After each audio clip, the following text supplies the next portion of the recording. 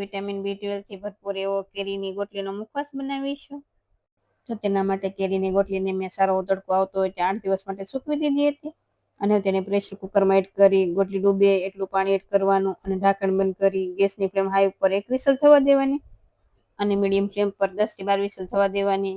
હવે pressure cooker ઠંડુ થઈ ગયું છે તો કોઈ પણ કાણાવાળું વાસણ લઈ તેમાં ગોટલી એડ કરી ગોટલી ઠંડી થાય એટલે તેને આ રીતે હાથેથી પ્રેસ કરીશું એટલે તેની જાતે જ ખુલી જશે.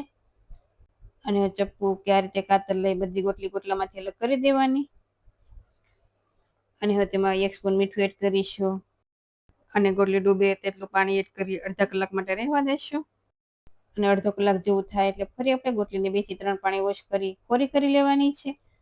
અને હવે પ્લેટ લઈ તેના ઉપર આ રીતે ગ્રેટર રાખી આપણે તેને ગ્રેટ કરી લઈશું. તો અત્યારે આપણે પતલી સ્લાઇસમાં કટ કરીએ છીએ, પણ જો તમારે ઝીણું ઝીણું રાખવું હોય તો તમે ખમણીથી પણ ગ્રેટ કરી શકો છો. અને આ સ્લાઇસને આપણે 2 પ્લેટમાં ફેલાવી દઈશું અને સારો તડકો આવતો હોય ત્યાં ક્રન્ચી થાય ત્યાં સુધી રહેવા દેવાની છે. તો ગોટલી પણ સારી એવી સુકાઈ ગઈ છે, તમે જોઈ શકો છો. અને હવે પેનમાં 2 સ્પૂન જેવું ઘી એડ કરીશું.